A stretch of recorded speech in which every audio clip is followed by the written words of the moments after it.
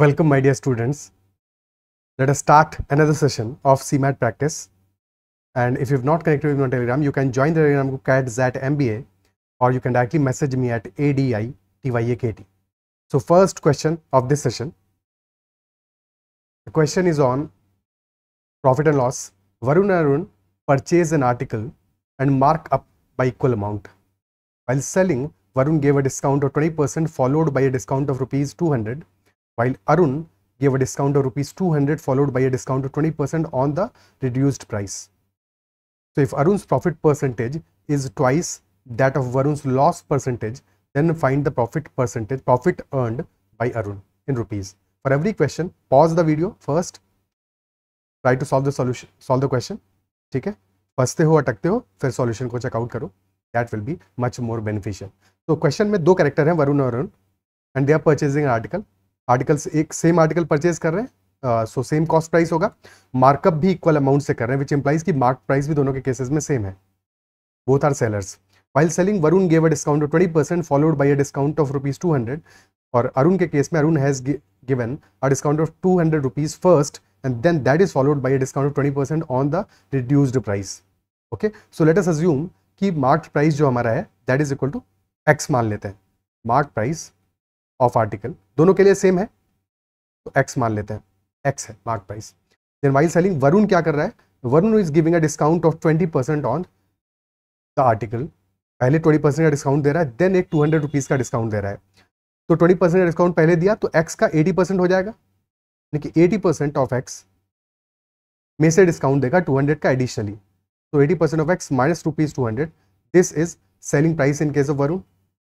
ठीक है, this is selling price in case of Varun. Arun के केस में क्या होगा, Arun is giving a discount of rupees 200 first, तो एक्स माइनस 200 किया and then he is giving a discount of 20%, यानी कि 80% करेगा अब एक्स माइनस 200 का, तो इंटू 80/100. तो that will B 80/100 into x, यानी कि 80% ऑफ एक्स, या 0.8x लिख लेते हैं, and minus 80% of 200 which is 160. तो this is selling price in case of Arun. अच्छा, वरुण के केस में सेलिंग प्राइस को और सिंप्लीफाई कर देते हैं. 80% of x will be 0.8x और माइनस 200. तो these are the two values. पहले वाले केस में हम कह रहे हैं 0.8x माइनस 200 और सेकेंड केस में है 0.8x माइनस 160. तो स्मॉलर वैल्यू कौन सी होगी, पहली वाली या दूसरी वाली? डेफिनेटली पहले वाले केस में 0.8x में 200 ज्यादा बड़ी वैल्यू सब्ट्रैक्ट कर रहे हैं, तो selling price in case of Varun will be lesser than selling price in case of Arun. Isn't it so? और डिफरेंस कितना आ रहा है दोनों में, पहले केस में 200 सब्ट्रैक्ट करें, दूसरे में 160 सब्ट्रैक्ट करें, डिफरेंस निकालोगे तो डिफरेंस हमारा आ जाएगा 200 माइनस 160, क्योंकि 0.8x तो कैंसिल आउट होने वाला है इन एनी केस. तो 40 रुपीज का डिफरेंस है सेलिंग प्राइसेस में. सेलिंग प्राइस ऑफ वरुण और सेलिंग प्राइस ऑफ अरुण के बीच का डिफरेंस है, that is 40 rupees. Then question हमारा कह रहा है if Arun's profit percentage is twice that of Varun's loss percentage. दोनों केसेस में क्या है, पहले केस में हम अरुण का प्रॉफिट परसेंटेज निकाल रहे हैं बिकॉज अरुण का जो सेलिंग प्राइस है that is much higher.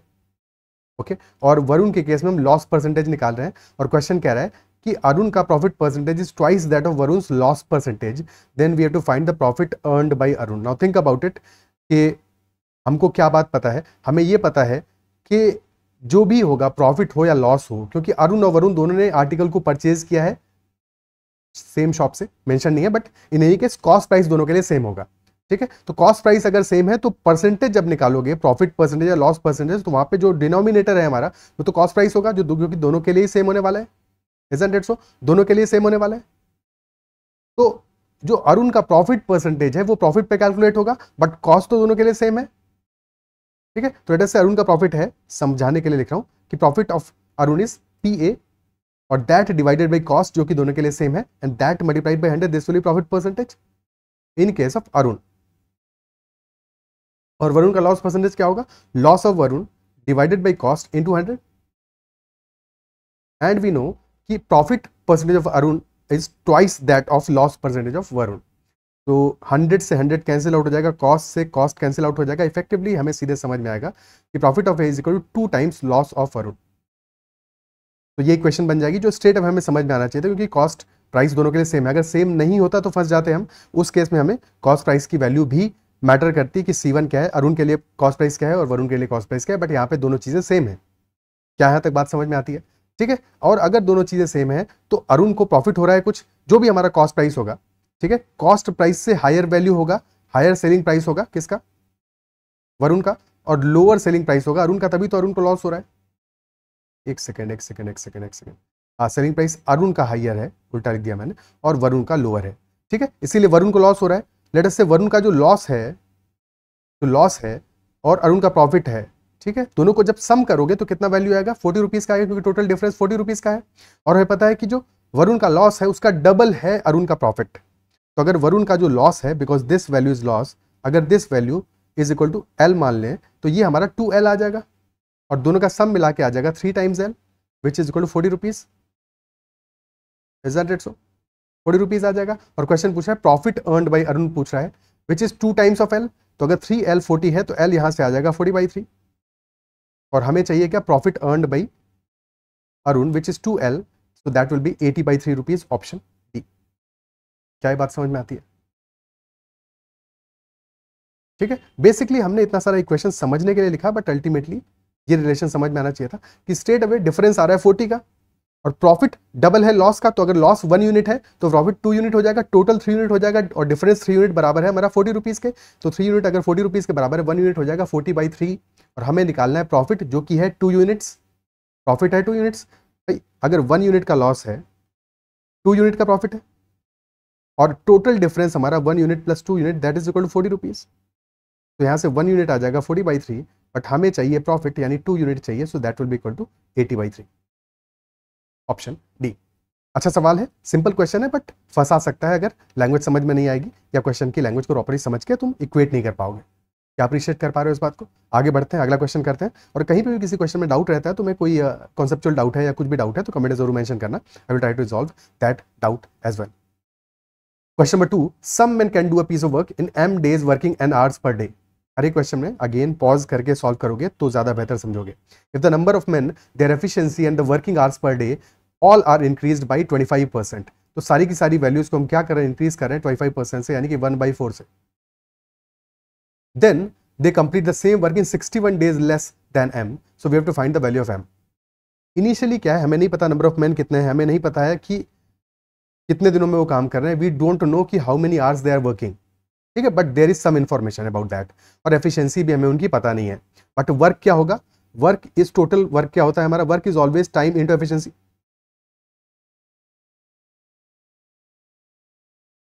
Okay, time क्या है यहाँ पे, number of days multiplied by number of hours, तो यानी कि पहले वाले केस में m है नंबर ऑफ डेज, n है number of hours, this is our time, और एफिशिएंसी क्या हो जाएगी, नंबर ऑफ मैन, जो कि हमें पता नहीं है। लेट अस से नंबर ऑफ मैन है हमारा, क्या मान लें, नंबर ऑफ मैन को मान लेते हैं, लेट अस से क्या मान लें इनको, x मान लेते हैं, ठीक है। So number of man is equal to x, और एफिशिएंसी एक पर्सन की हम e मान लेते हैं, तो x into E, this will be total efficiency of x man. Okay, first case में ये आ गया वर्क हमारा। सेकंड केस में क्या हो रहा है, सारे केसेस में यहाँ पे हमारा नंबर ऑफ मैन बढ़ रहा है 25% से, एफिशिएंसी बढ़ रही है 25% से, और वर्किंग आवर्स भी बढ़ रहे हैं 25% से, तीनों चीजों को हम 25% से इंक्रीज कर रहे हैं। और दैट इज वाई हमारा जो total number of days taken है दैट इज 61 डेज लेसर, ठीक है। सो हम क्या क्या इंक्रीज करेंगे, m तो नंबर ऑफ डेज है, m अब तो हमारा डिक्रीज हो रहा है, m -61 हो जा रहा है, बट जो n है हमारा which is number of hours, वो इंक्रीज हो रहा है 25% से, यानी कि 1/4 से इंक्रीज हो रहा है, तो 5/4 हो जाएगा, तो this will B 5/4 n। Similarly number of man भी इंक्रीज हो रहा है 5/4 से, so this will B 5/4 x, और एफिशिएंसी भी इंक्रीज हो रहा है 5/4 से, यानी कि 5/4 e, तो this will be our equation, ठीक है। अब इस इक्वेशन में क्या क्या चीजें हम सीधे कैंसिल आउट कर सकते हैं, n से n कैंसिल आउट हो जाएगा, x और e से x और e कैंसिल आउट हो जाएगा, बच जाएगा लेफ्ट हैंड साइड में हमारा m, और राइट हैंड साइड में बचेगा m -61 इंटू 5 का क्यूब डिवाइडेड बाई 4 का cube. So we can write that m upon m minus 61 will be 125 divided by 64, और डिफरेंस कितना आ रहा है 125 और 64 में 61 यूनिट्स का डिफरेंस है, और m और m माइनस 61 में भी 61 यूनिट्स का ही डिफरेंस है, यानी कि एग्जैक्टली इक्वेट कर सकते हैं कि m हमारा बराबर हो जाएगा 125 के, और ऑप्शन में 1 की m की ही वैल्यू पूछी है, तो answer will be option C 125। क्या ये बात क्लियर है? ठीक है, m हो जाएगा 125 के, अदरवाइज 61 की बजाय कोई और नंबर होता तो इक्वेट करना पड़ता, डिफरेंस हमारा पहले वाले केस में कितना है, दूसरे वाले केस में कितना है, 1 यूनिट का वैल्यू वहां से पता चल जाता। क्या ये बात क्लियर है? ठीक है, और भी सिंपल तरीके से अगर इस क्वेश्चन को करना होता तब हम कैसे करते, तब हम ऐसे देखते कि हमें पता 25% से सारी चीज़ें हमारी बढ़ रही हैं, यानी कि अगर पहले हमारी जो भी वैल्यूज थी अगर वो 4 थी तो अब बाद में 5 हो जाएंगी, ठीक है। एक्स वाई जेड की टेंशन नहीं लेते, तो हम क्या करते हैं, हमें पता है कि नंबर ऑफ मेन हमारे इंक्रीज कर रहे हैं, एफिशिएंसी इंक्रीज कर रही है, डेज डिक्रीज कर रहे हैं, और अल्टीमेटली नंबर ऑफ आवर्स भी इंक्रीज कर रहे हैं। तो अगर पहले ये सारी चीजें हमारी, पहले मेन भी 4 होते, एफिशिएंसी भी 4 होती, डेज भी 4 होते, ठीक है, डेज बोल रहा हूँ, आवर्स 4 होते, आवर्स पर डे 4 होता, ठीक है, और डेज हमारे एम रहते, पहले ये सारी चीजें थी। तो बाद में क्या हो जाएगा, बाद में नंबर ऑफ मेन 5 हो जाएंगे, एफिशिएंसी 5 हो जाएगी, आवर्स 5 हो जाएंगे, और डेज हो जाएंगे M-65। सिंपल रखो, क्यों ज्यादा वेरिएबल रखने ही है, ठीक है। अब इसको सिमिलरली इक्वेट कर देंगे तो स्ट्रेट अवे हम अपनी इक्वेशन में पहुंच जाएंगे लास्ट में, बाकी ज्यादा कुछ नहीं करना पड़ेगा। क्या ये बात समझ पा रहे हो, अप्रिशिएट कर पा रहे हो, ठीक है। सो आगे से तुमको ध्यान रखना है, हमेशा जितने कम वेरिएबल में काम करो उतना बेटर है। जब परसेंटेज दिया है तो कंपैरिजन है, रेशियो के बारे में हमें बात की है, और रेशियो के बारे में बात की है तो रेशियो में ही हमें भी डील करना है कि 4 से 5 हो रहा है, ये समझना है बस सीधे सीधे, ठीक है। अगला क्वेश्चन, नेक्स्ट क्वेश्चन कह रहा है 120 डिजिट नंबर है हमारा, 120 डिजिट्स का नंबर है टोटल, अच्छा खासा लंबा नंबर है, और that is found by writing the first x natural numbers in front of each other. और कैसे लिखे गए हैं, 1 2 3 4 5 6 7 8 9 10 11 12 13। तो हमें देखना है कि लास्ट में कहां तक पहुंच रहा है नंबर हमारा, कितनी डिजिट्स आ रही है, कौन सी डिजिट्स आ रही है। क्वेश्चन पूछा फाइंड द रिमाइंडर, रिमाइंडर चाहिए हमको when this number is divided by 8। तो 8 का डिविजिबिलिटी क्या होता है, सबसे पहले तो ये पता होना चाहिए। 2 का डिविजिबिलिटी लास्ट की 1 डिजिट यूनिट डिजिट चेक करते हैं, 4 की डिविजिबिलिटी में लास्ट की 2 डिजिट्स चेक करते हैं, और 8 के लिए we are checking last 3 digits. तो हमें इंपॉर्टेंट इस क्वेश्चन में कुछ भी नहीं है सिवाय इसके कि लास्ट की 3 डिजिट्स हमारी कौन सी आने वाली है, कौन सी आने वाली। 120 डिजिट्स का नंबर है, और सबसे पहले हम लिख रहे हैं 1 से लेकर 9 तक, तो 1 से लेकर 9 तक हमारी 9 डिजिट्स एग्जॉस्ट हो जाएंगी क्योंकि सारे सिंगल डिजिट का नंबर है, सिंगल डिजिट का नंबर है।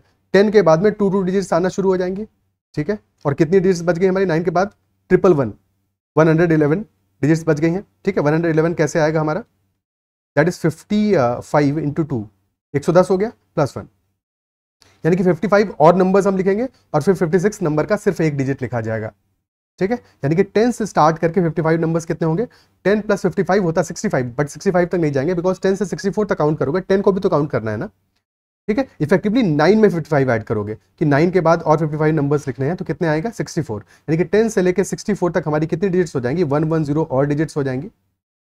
और लास्ट डिजिट हमारा जो बचा, 1 डिजिट बचा, वो आएगा 65 में से, ठीक है। 65 में से 6 आएगा, this will be our last digit, okay. हमें चाहिए लास्ट की 3 डिजिट्स, तो इससे पहले वाले डिजिट्स होंगे 64, तो लास्ट डिजिट हमारी हो जाएंगी 646।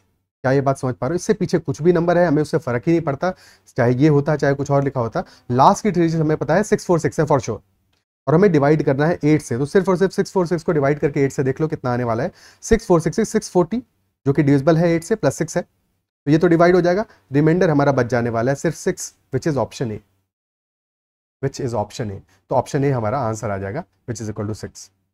क्या ये बात क्लियर है, ठीक है। नेक्स्ट क्वेश्चन करते हैं, which number amongst 2 to the power 40, 3 to the power 21, 4 to the power 18 and 8 to the power 12 is the smallest, smallest number इनमें से कौन सा होगा। सबसे पहले तो सिंप्लीफाई कर लेते हैं इन सारे नंबर्स को, 2 की पावर 40 तो ऑलरेडी सिंप्लीफाइड है, 3 टू द पावर 21 भी सिंप्लीफाइड है, बट 4 टू द पावर 18 को भी और सिंप्लीफाई कर सकते हैं। क्या हम लिख सकते हैं इसको, 4 is 2 का स्क्वायर, 2 का square to the whole power 18 यानी 2 टू द पावर 36 हो गया है। सिमिलरली 8 टू द पावर 12 क्या है, 2 का क्यूब है 8, 2 cube to the whole power 12 यानी कि again this is also 2 to the power 36। अब ये नंबर भी 2 की पावर 36 है, this is also 2 to the power 36, यानी कि ये दोनों नंबर्स हमारे इक्वल हो गए। 4 to the power 18 and 8 to the power 12 both are equal. Now think about it, अगर 4 टू द पावर 18 और 8 टू द पावर 12 हमारे इक्वल हैं तो क्या ये स्मॉलेस्ट हो सकते हैं, बिकॉज स्मॉलेस्ट नंबर तो कोई एक ही होगा, ऑप्शन जैसे दिए हैं, ठीक है। और यहाँ पे 2 नंबर इक्वल आ रहे हैं तो ये दोनों स्मॉलेस्ट तो नहीं हो सकते, तो इतना तो पक्का है कि दोनों में से कोई भी आंसर नहीं होगा। यानी कि हमारा क्वेश्चन अब रह गया कि 2 टू द पावर 40 और 3 टू द पावर 21 में कौन सा नंबर स्मॉलेस्ट है। तो क्या हम इनको कंपेयर करा सकते हैं, अभी तो नहीं दिख रहा है, अभी तो नहीं कंपेयर करा सकते स्ट्रेट अवे, बट क्या किसी और तरह से कंपेयर करा सकते हैं। थिंक अबाउट इट, कुछ हम मल्टीप्लाई करके या कुछ सोचें इसके बारे में कैसे इसको कंपेयर करा सकते हैं। तो एक तरीका हो सकता है कि हम 2 की पावर 40 है, 3 की पावर 21 है, पावर छोटी है 3 के केस में, अगर हम 3 टू द पावर 21 से दोनों को डिवाइड कर दें, दोनों नंबर्स को डिवाइड करें 3 टू पावर 21 से, ठीक है, और बचे हुए नंबर को कंपेयर कर लें। दोनों नंबर्स हमारे डिफरेंट है, डिवाइड सेम नंबर से कर रहे हैं, तो हम कंपेयर उसके बाद में भी कराएंगे, जो नंबर बाद में बड़ा निकलेगा वही पहले भी बड़ा होगा, ठीक है। तो डिवाइड बाई 3 टू पावर 21 अगर कर दें तो राइट हैंड में तो 1 बचा, लेफ्ट हैंड साइड में क्या बचा है, 2 to power 40 divide by 3 to power 21 है, और क्या लिख सकते हैं इसको, या फिर 3 की पावर 20 इससे कर दें, ज़्यादा आसान पड़ेगा, 21 की बजाय 20 से ज़्यादा आसान पड़ेगा। क्यों आसान पड़ेगा, बिकॉज अभी देखते हैं, समझ में आ जाएगा। 3 की पावर 20 से अगर डिवाइड किया तो क्या होगा कहानी, राइट हैंड साइड में हमारा बच जाएगा 3 की पावर 1 यानी 3 बचा, और लेफ्ट हैंड साइड में है, लिख सकते हैं 2 का स्क्वायर यानी 4 to the power 20 divide by 3 की पावर 20 यानी 4/3 की होल पावर 20 है, this is 4/3 to the whole power 20। Okay, 4/3 का स्क्वायर क्या होगा, दैट इज 16/9, 4/3 का क्यूब क्या होगा, that is 64/27 which is greater than 2, but 3 से बड़ा हो जाएगा, और यहां से क्लियरली दिख रहा है कि हमारा नंबर 3 से बड़ा आने वाला है, because 4/3 to the whole power 20 है, तो definitely this is much much larger than 3, और अगर ये बड़ा नंबर है तो डेफिनेटली 2 टू द पावर 40 भी हमारा 3 टू द पावर 21 से बड़ा नंबर होगा, और हमें चाहिए स्मॉलेस्ट नंबर, तो आंसर तो स्मॉलेस्ट यानी ऑप्शन बी आंसर आ जाएगा, ठीक है। बट फिर भी समझ में नहीं आ रहा तो 4/3 की पावर 4 कर दोगे, आ जाएगा 256/81 विच इज ग्रेटर देन 3, तो क्लियरली हमारा 4/3 की पावर 4 ही ग्रेटर देन 3 आ रहा है, तो पावर 20 तो डेफिनेटली ग्रेटर देन आना ही आना है। क्या ये बात क्लियर है, क्या यहाँ पे समझ पा रहे हो। एक और तरीका ये हो सकता था इसी बात को सोचने का कि 2 टू द पावर 40 है तो हम लिख सकते हैं इसको 2 to the power 5 to the whole power 8, और सिमिलरली 3 की पावर 21 को लिख सकते हैं 3 की power 3 to the whole power 7, so this becomes 32 to the whole power 8 and this is 27 to the whole power 7। अब लेफ्ट हैंड साइड में हमारा बेस वैल्यू 32 भी 27 से बड़ा है और पावर 8 भी पावर से बड़ा है, तो डेफिनेटली लेफ्ट हैंड साइड हमारा मच मच ग्रेटर है, तो 32 टू पावर 8 तो बड़ा वैल्यू है, 27 टू द पावर 7 या 3 टू पावर 21 ही हमारा स्मॉलेस्ट आंसर होगा। क्या ये बात क्लियर है, ठीक है। ये तो मेथड हो गया हमारा कि कैसे हमने चीज़ों को कंपेयर कराया है, बट लॉग का इस्तेमाल करके भी इस क्वेश्चन को किया जा सकता है, ठीक है। तो लॉग वैल्यू लेके भी हम इसको सॉल्व कर सकते हैं, बट बेटर होगा कि लॉग वैल्यू लेने से पहले इन दोनों को एलिमिनेट कर दें, जरूरत क्या है इनकी, ठीक है। 2 की पावर 40 बचा और 3 की पावर 21 बचा, लॉग लोगे तो बच जाएगा 40 टाइम्स लॉग ऑफ 2, और ये हो जाएगा 21 टाइम्स लॉग ऑफ 3।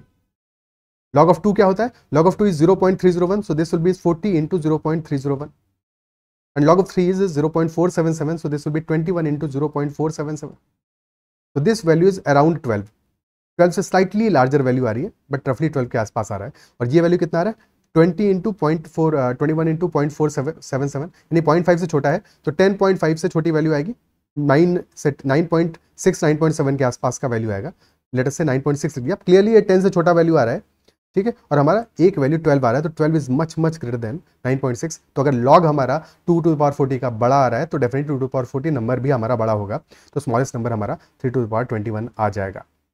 लॉग से भी कर सकते हो, आई बिलीव कि अब इस क्वेश्चन में तुम्हें समझ में आएगा, ऐसा कोई क्वेश्चन आएगा तो कैसे कंपैरिजन कराओगे, ठीक है। जब भी पावर सिंपल आती हैं, अगर पावर सिंपल है तो हम पावर्स की वैल्यूज के हिसाब से भी सॉल्व कर सकते हैं, वैसा कोई क्वेश्चन आएगा तो उसको भी हम हैंडल करेंगे, बट अदरवाइज अगर इस तरह के टिपिकल वैल्यूज है तो कैसे कंपेयर कराएंगे, उसके लिए हमने मेथड्स देख लिया। ओके, अगले क्वेश्चन पे पढ़ते हैं। 5 friends P, Q, X, Y and Z purchased some notebooks, the relevant information is given below, और हमें चाहिए क्या है, if each notebook is priced ₹40, then what is the total cost of all the notebooks, यानी कि सारी की सारी नोटबुक्स का टोटल कॉस्ट क्या होगा, P plus Q plus X plus Y plus Z, यानी कि P अगर P ने P number of notebooks purchase किए, Q ने Q number of notebooks purchase किए एंड सो ऑन, तो सबकी नोटबुक्स टोटल कितनी परचेज किए, मल्टीप्लाई बाय 40 करके हमें आंसर आ जाएगा। सारी वैल्यूज हमें चाहिए इस केस में। पहला स्टेटमेंट कह रहा है Z purchased 8 notebooks more than 8, ठीक है, तो मान लेते हैं Z ही नंबर ऑफ नोटबुक्स है परचेज बाई Z, तो Z is equal to X plus 8। Second statement कह रहा है P plus Q is equal to 21। Third, Q purchased 5 notebooks less than P, तो Q इज P माइनस 5, ठीक है, 5 notebooks less than P, तो इसको put कर सकते हैं सेकंड इक्वेशन में, तो यहाँ सेकंड इक्वेशन हमारा बन जाएगा P plus P minus 5 that is 21, 2P minus 5 is 21, तो यहाँ से 2P is 26, P is equal to 13 आ गया, और P 13 आ गया तो Q हमारा 8 आ गया, ठीक है, Q 8 आ गया, क्लियर। फिर क्वेश्चन कह रहा है X and Y together purchased 28 notebooks, तो X plus Y is equal to 28, and last statement कह रहा है P purchased 5 notebooks more than X, तो P is equal to X plus 5, और P सिंस 13 है तो X भी यहाँ से 8 ही आ जाएगा, और X इक्वल टू 8 आ गया, x इक्वल टू 8 से पुट कर दोगे तो y इक्वल टू 20 आ जाएगा। And similarly z is equal to 8 plus 8 यानी 16 आ जाएगा। सारी वैल्यूज हमें मिल गई हैं, सबको सम कर दो। p प्लस क्यू है 21 प्लस x प्लस y है 28 और प्लस z है 16। यानी टोटल नोटबुक्स कितनी आ गई? 21 plus 28 plus 16 which is 44 plus 21 65 notebooks total purchase किए हैं।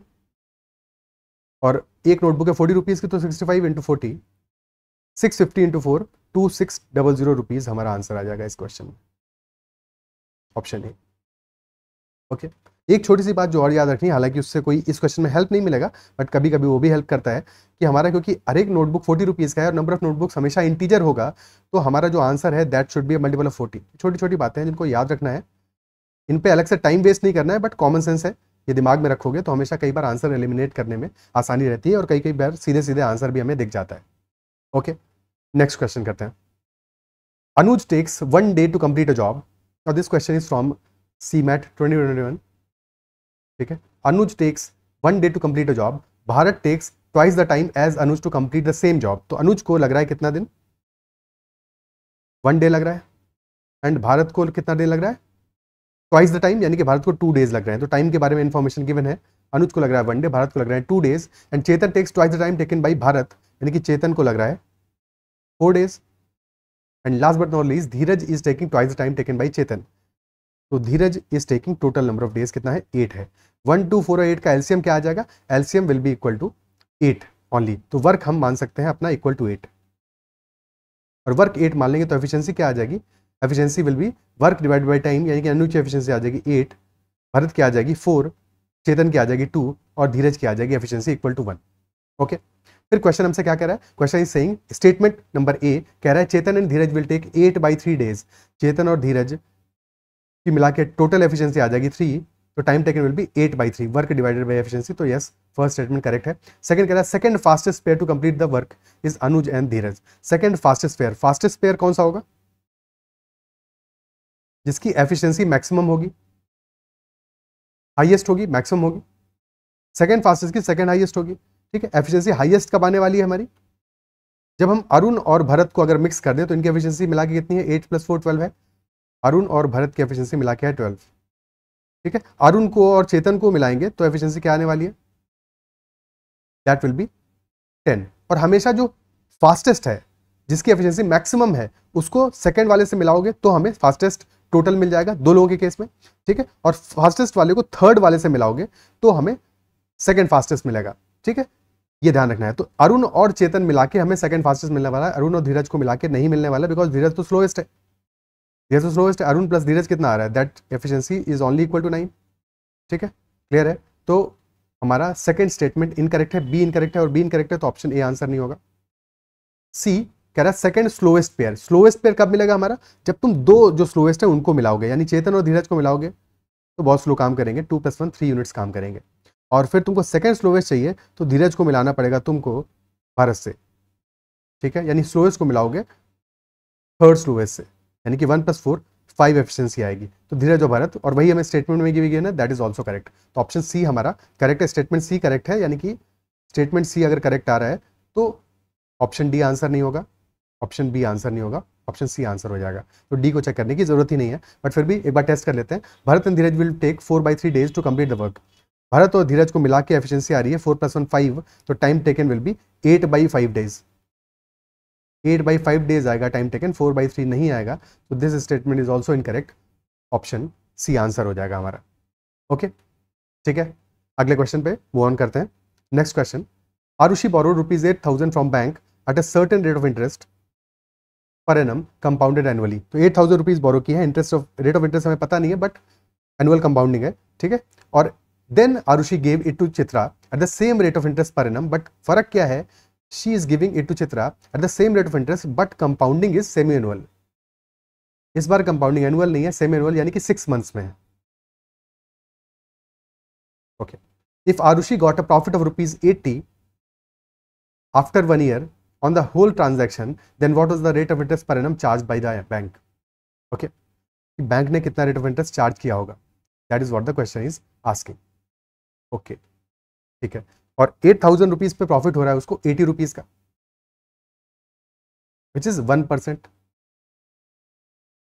नाउ लेट अस अज्यूम कि बैंक जो रेट ऑफ इंटरेस्ट चार्ज कर रहा है, क्योंकि वो उसका कंपाउंडिंग एनुअल है, मान लेते हैं 2R% रेट चार्ज कर रहा है bank, 2R% per annum rate charge कर रहा है। 2R इसलिए माना बिकॉज अल्टीमेटली जब सेमी एनुअल हम कंपाउंडिंग करेंगे तो वहां पे 2R को दो पार्ट्स में ब्रेक करेंगे, R और R में, ठीक है। तो क्योंकि एक ईयर में कितने होंगे, सेमी एनुअल है 6 मंथ्स, तो दो टाइम पीरियड आएंगे, ठीक है। तो 2R को दो पार्ट से ब्रेक किया, R% और R%, टोटल इंटरेस्ट रेट कितना होगा, that will B R% plus R%, क्योंकि इफेक्टिव रेट ऑफ इंटरेस्ट क्या आएगा सेकंड केस में, that will B R++ R% successive change plus R into R divided by 100%, isn't it so. फर्क क्या पड़ रहा है, 2R% तो हमें बैंक वाले केस में ही मिल रहा था, फर्क ये वाला अमाउंट है R²/100, तो इफेक्टिवली R²/100% ही हमारा डिफरेंस है। और ये कितने परसेंट आ रहा है, 8,000 का 1% आ रहा है, सो दिस इज 1%। तो R²/100 इज इक्वल टू 1, यहाँ से R² आ जाएगा 100, तो R will be equal to 10%। But question खत्म नहीं हुआ है, यहाँ पे गलती क्या हो जाती है ये इस टाइप के क्वेश्चन में, कि बहुत सारे लोग क्या करोगे, ऑप्शन ए को मार्क कर दोगे जैसे ही R=10 आया, लेकिन क्वेश्चन हमारा क्या पूछा, rate of interest per annum charge by the bank, और हमने एज्यूम क्या किया, 2R% माना है, तो R अगर 10% है, 2R% हमारा आ जाएगा 20%, and this will be the answer, 20% will be the answer, option B आ जाएगा आंसर। क्लियर है, ठीक।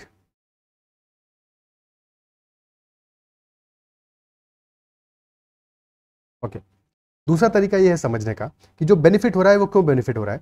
अगर 8,000 रुपीज हमारा प्रिंसिपल अमाउंट है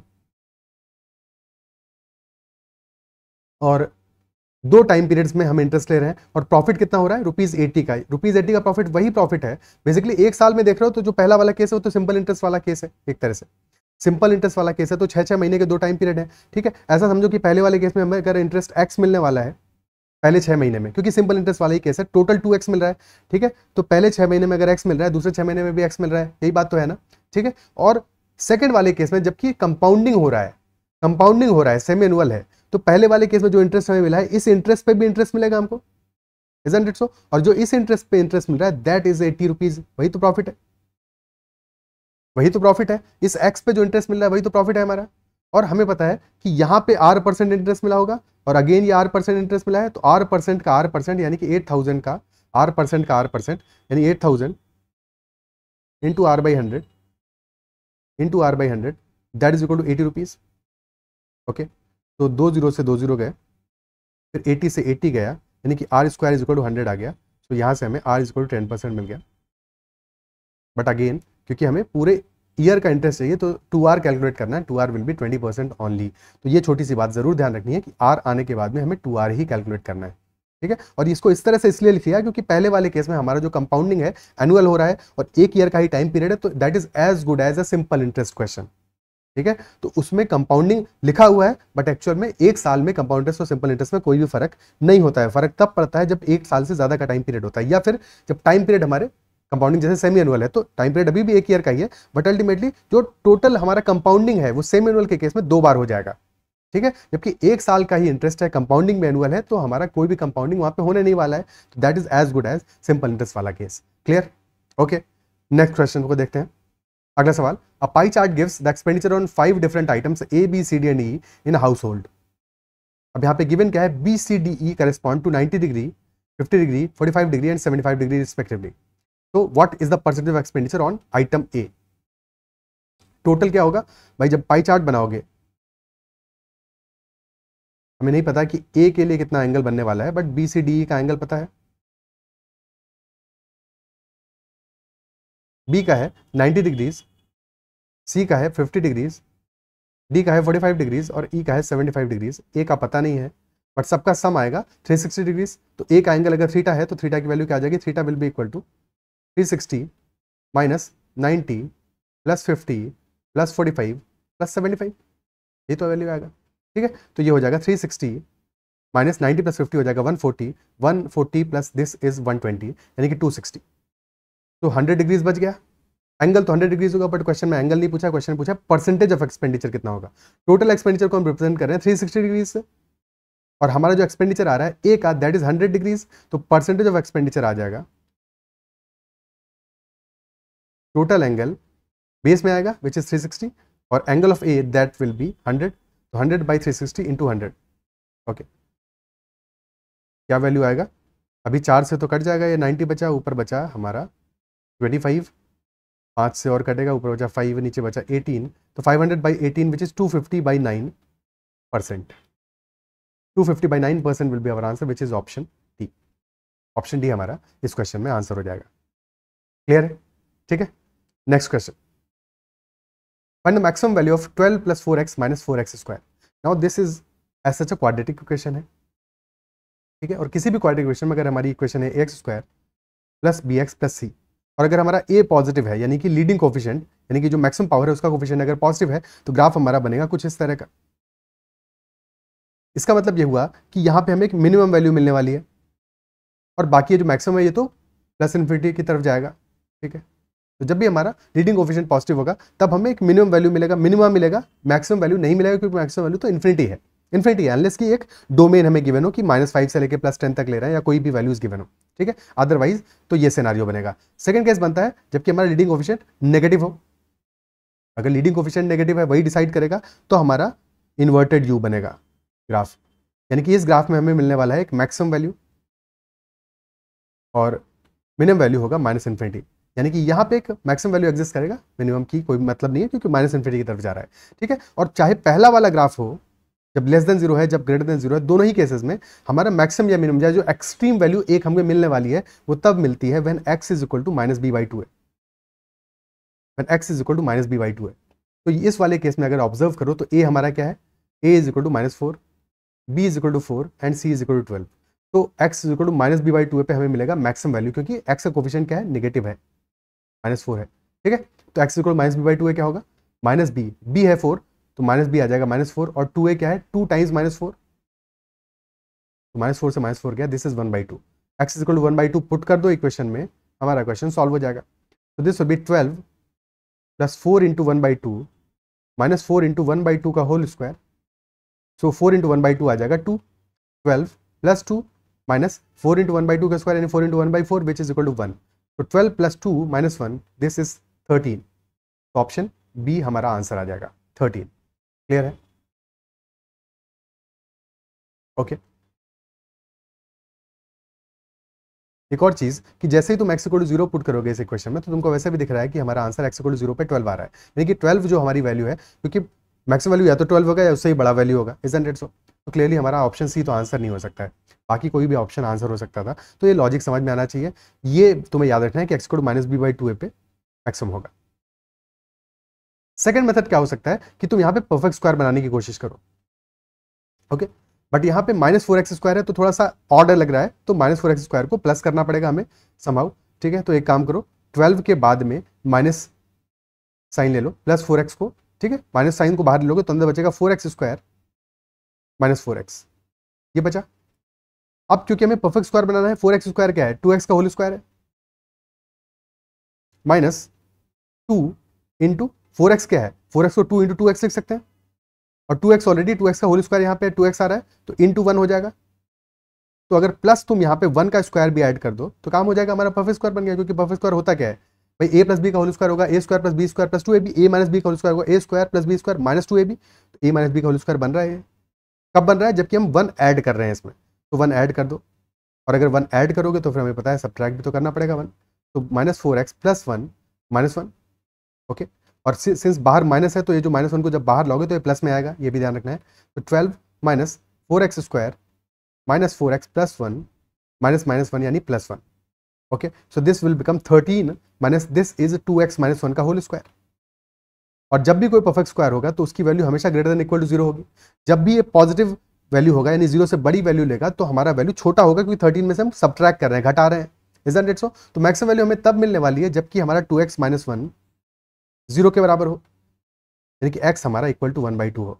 x इज इक्वल टू 1/2 पे मिलेगा maximum value which will be equal to 13 only. Clear है? परफेक्ट स्क्वायर बना दिया, फिर उसको 0 कर दो तो हमारा मैक्सिमम वैल्यू हमें मिल जाएगा।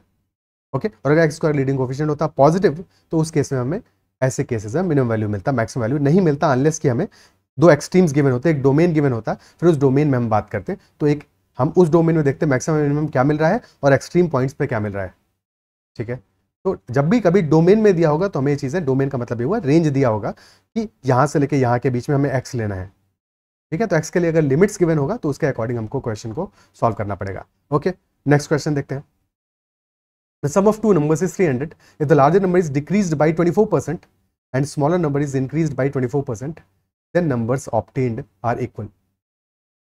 दो नंबर्स हैं जिनका कि सम गिवन है हमें 300। लेट अस से नंबर्स हैं a और b, तो a प्लस b हमारा गिवन है इक्वल टू 300।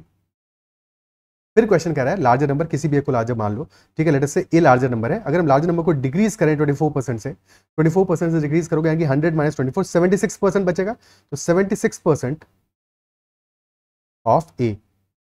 और सेकंड केस में क्या करें, स्मॉलर नंबर को इंक्रीज करें 24% से, यानी कि 100% है, 24% और ऐड करोगे 124%, तो 124% of b and these two values are equal,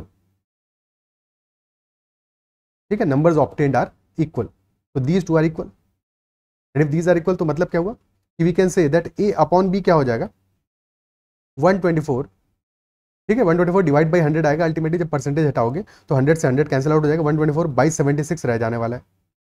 अब दोनों नंबर्स हमारे 4 के मल्टीपल हैं, तो 4 से काट दो, क्या बच जाएगा, ऊपर बचेगा 31, नीचे बचेगा 19।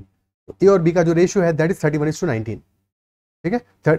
ए और बी का जो रेशियो है दैट इज 31:19, यानी टोटल सम कितना आ रहा है 50 यूनिट्स का, और 50 यूनिट्स बराबर कितने के, 300 के, क्योंकि सम जो आ रहा है 300 है, यानी कि 1 unit is equal to 6, 1 unit is equal to 6। और डिफरेंस कितना है, डिफरेंस है 12 यूनिट्स का, तो डिफरेंस आ जाएगा 12 यूनिट्स का, 12 इंटू 6 यानी कि 72 का एक्चुअल डिफरेंस होगा। आंसर हमारा आएगा 72, ऑप्शन बी। क्या ये बात क्लियर है, ठीक है। Okay, next question, what is the remainder when 7 to the power 124 is divided by 18। एक तो टोशन मेथड वगैरह से कर सकते हैं इसको, बट उसकी जरूरत नहीं पड़ेगी, सिंपल तरीके से सॉल्व करेंगे, जरूरत ही नहीं है उसका कुछ भी, ठीक है। सबसे पहली बात जो ऐसे किसी क्वेश्चन में समझ में आना चाहिए, ठीक है, छोटी सी बात जो सबसे पहले याद कर लेते हैं, समझ लेते हैं कि 18 से डिवाइड कर रहे हैं हम एक नंबर को, 7 टू द पावर 124 वो नंबर है हमारा। तो 7 टू द पावर 124 इवन होगा या फिर ऑड होगा, 7 एक ऑड नंबर है, ऑड नंबर की कुछ भी पावर करोगे तो आने वाला क्या है, ऑड आने वाला है। अब तुम ऑड को डिवाइड कर रहे हो 18 से जो कि एक इवन नंबर है, तो जब भी ऑड को इवन से डिवाइड करोगे रिमाइंडर क्या आएगा, ऑड नंबर है, इवन से डिवाइड करने वाले हो, इवन नंबर पे कुछ भी मल्टीप्लाई करोगे, ऑड मल्टीप्लाई करो, इवन मल्टीप्लाई करो, आने वाला इवन ही है, तो हमेशा जो हमारा रिमाइंडर है that will always be odd. अगर ऑड को इवन से मल्टीप्लाई करो तो रिमाइंडर हमेशा ऑड आएगा, इसका उल्टा ट्रू नहीं है, इवन को ऑड से डिवाइड करोगे तो कुछ भी हो सकता है, रिमाइंडर इवन भी आ सकता है और ऑड भी आ सकता है, ठीक है, कुछ भी आ सकता है, लेकिन अगर ऑड को कभी भी इवन से डिवाइड करोगे रिमाइंडर हमेशा ही ऑड आएगा, ये बात ध्यान रखना है, ठीक है। तो अगर ऑड को इवन से डिवाइड करो रिमाइंडर ऑड आने वाला है, तो क्लियरली बी और डी तो आंसर नहीं हो सकते, ये तो पहले एलिमिनेट हो गए, ठीक है। तुमने कुछ भी नहीं किया तो भी इतना तो पता चल गया कि आंसर हमारा या तो 7 है या फिर 1 है, या तो 7 है या फिर 1 है। ओके, अब क्या 7 की किसी पावर को हम 18 के आसपास लेके जा सकते हैं, यानी कि 18 से कंपेयर कर सकते हैं। अगर हम 7 का स्क्वायर करें, 7 टू द पावर 1 को 18 से डिवाइड करोगे रिमाइंडर आएगा 7, ठीक है। 7 टू द पावर 1 को डिवाइड करोगे 18 से, रिमाइंडर आ रहा है 7। 7 टू द पावर 2 को डिवाइड करोगे 18 से, 7 टू द पावर 2 हुआ 49, 49 को 18 से डिवाइड करोगे 36 प्लस 13 हुआ, यानी कि रिमाइंडर आएगा 13। 7 क्यूब को डिवाइड करें 18 से, तब क्या होगा, 7 क्यूब इज 343, 18 से डिवाइड करोगे रिमाइंडर क्या आएगा, ठीक है। 18 से 18 टाइम्स एक बार गया 18, 163, 162, यानी कि रिमाइंडर आ रहा है 1, ठीक है, रिमाइंडर आ रहा है 1। या फिर ऐसे भी देख सकते थे कि जब भी तुम 7 का क्यूब कर रहे हो तो ये क्या हो गया, 36 प्लस 13 तो ऑलरेडी 7 का स्क्वायर था, इसमें मल्टीप्लाई करो 7 से, तो 36 इंटू 7 तो 18 से डिवाइड हो जाएगा, 13 इंटू 7 आया, 13 7 91, 91 को 18 से डिवाइड करोगे दिस इज 90 प्लस 1, यानी कि रिमाइंडर 1 देने वाला है। तो 7 क्यूब डिवाइड बाई 18 में रिमाइंडर हमें 1 मिलने वाला है, यानी कि 7 का cube is multiple of 18 plus 1। तो 7 टू द पावर 124 को अब हम ब्रेक कर सकते हैं, ठीक है, ब्रेक कर सकते हैं, सिंप्लीफाई कर देते हैं। 7 टू द पावर 124 को ब्रेक कर सकते हैं किसमें, this can be written as 7 to the power 1 into 7 to the power 123, और 123 क्या है, this is 41 into 3, we can write this as 7 into 7 cube to the power 41, और 7 क्यूब है 18 का मल्टीपल प्लस 1, तो this will be 18k plus 1 to the whole power 41, और divide कर रहे हैं 18 से और रिमाइंडर निकालना है, तो इस पोर्शन में रिमाइंडर क्या आने वाला है, रिमाइंडर 1 आने वाला है, और 7 से उसको मल्टीप्लाई करो तो 7 इंटू 1, यानी कि हमारा रिमाइंडर आ जाएगा इक्वल टू 7, ऑप्शन ए। अगर पावर 3 का मल्टीपल होती, लेट अस से अगर होता 7 टू द पावर 33 और डिवाइड करते 18 से, उस केस में रिमाइंडर 1 आता, उस केस में रिमाइंडर 1 आता, ठीक है। उससे ज़्यादा होती, 7 टू द पावर 3 के प्लस 1 है तो रिमाइंडर 7 ही आएगा। 7 टू द पावर 3 के प्लस 2 होती, उस केस में फिर रिमाइंडर हमारा क्या आता, तब 13 आता, ठीक है। Okay, next question. A plot of land is 250 meter cross 200 meter. A trench was dug around it outside. The width is 3 meters and depth is 5 meters. The earth dug out was spread out uniformly over it. So we have to find the rise in level of the land. Plot क्या है? एक rectangular plot है,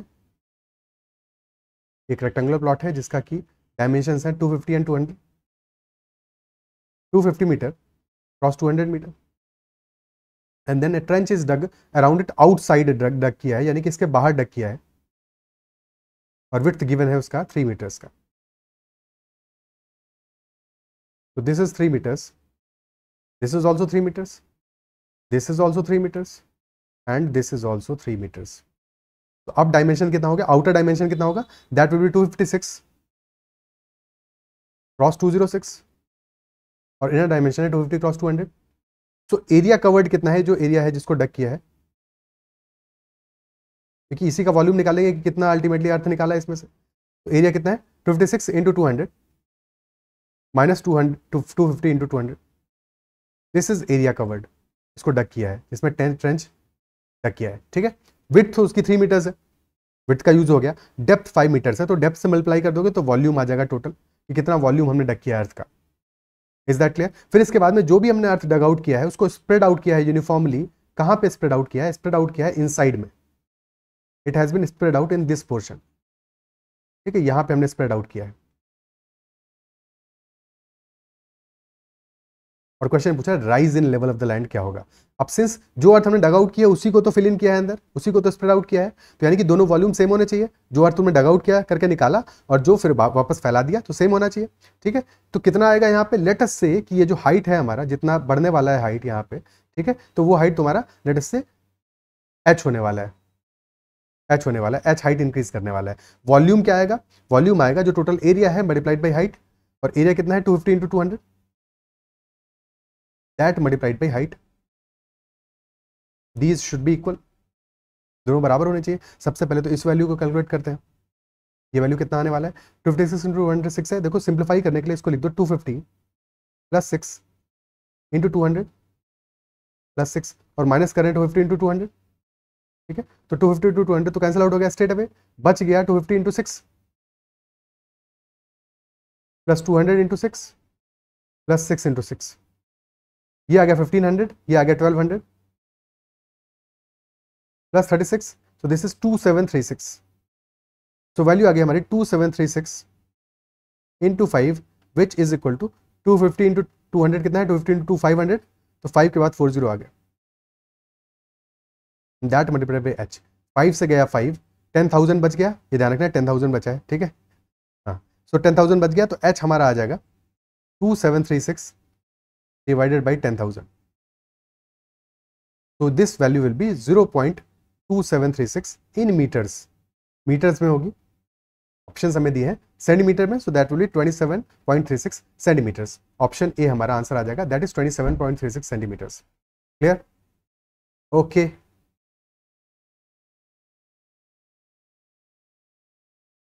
सो these are all the questions. I believe session पसंद आया हो, question समझ में आए, किसी भी क्वेश्चन के डाउट रहा हो तो कमेंट जरूर मेंशन करना। सेशन अगर पसंद आया तो उसको लाइक जरूर करना, अगर अब तक चैनल सब्सक्राइब नहीं किया है तो जरूर करना। पीछे वाले सेशन जो मैंने ऑलरेडी लिए हुए हैं सीमैट प्रैक्टिस पे, उनको भी जरूर चेकआउट कर लेना। कोई तुम्हारा पर्टिकुलर क्वेश्चन या डाउट है तो तुम मुझे टेलीग्राम पे मैसेज कर सकते हो अपना डाउट या क्वेश्चन, ठीक है। तो वहाँ पे will be discussing that in the separate session, या फिर डायरेक्टली वहाँ पे एड्रेस हो जाएगा तो वहीं पे कर लेंगे। अगर अच्छा सवाल होगा तो फिर उसको सेशन में डिस्कस कर लेंगे। और साथ में you can also join the Telegram group CAT-MBA। That is all for this session. Bye bye, take care.